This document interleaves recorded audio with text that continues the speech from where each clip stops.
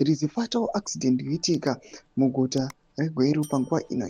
Pane a road crash panguva ino yashamisa vanhu inoonekwa kunzi 81 football club player Frank Bushiri aiwa otsakatika otisiya kana kuti oshayika mutsaona iyi. Tsaona yavhundutsa vanhu.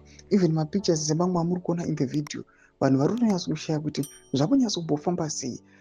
Aiwa chitiko chinorwadza panguva ino, asi Chizim News Live wati esi panapa ndinokupai maupdates ese zvinoitika munyika yedu, munyika yeZimbabwe. Aiwa ndokuti bva subscribe or like out on the bell icon. Tipina panapa pahendo yeNewsBite CW vanobuda nyora vachiti fatal T1 FC player Frank Bushiri dies in Gweru road crash.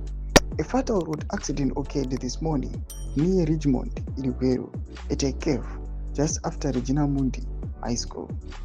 The crash was severe, with the vehicle splitting into two.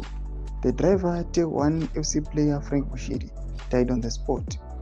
According to reports, Bushiri is believed to have struck another vehicle from behind. He was allegedly speeding away when he lost control of his car and crashed.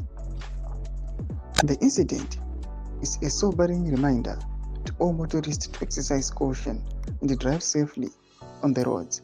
Ndo developments aripo kugara munyika yeZimbabwe panguva ino zvamuri kuona mapictures muchiona mota aiwa ichisplita into two. Zvekuti kunyatsokushaya kuti mamanyiro emota iyi yakachimbomanya nespeed yakaita sei, asi zvinosirisa tichinzwa kuti aiwa he lost control and panguva ino matsakatiro ake matsakatiro anoshamisa avhundutsa vanhu. But panapa zvinozogona zvizungudza kugara munyika yeZimbabwe nekupa a reminder kune mamotorists ese kuti aiwa let us exercise caution, especially panguva ino inozikanwa kunzi weather haina kumira zvakanaka, maroads anenge ari slippery and the likes. Ndinakupa section medu dzafundo muri kudii pamusoro pechitiko ichi.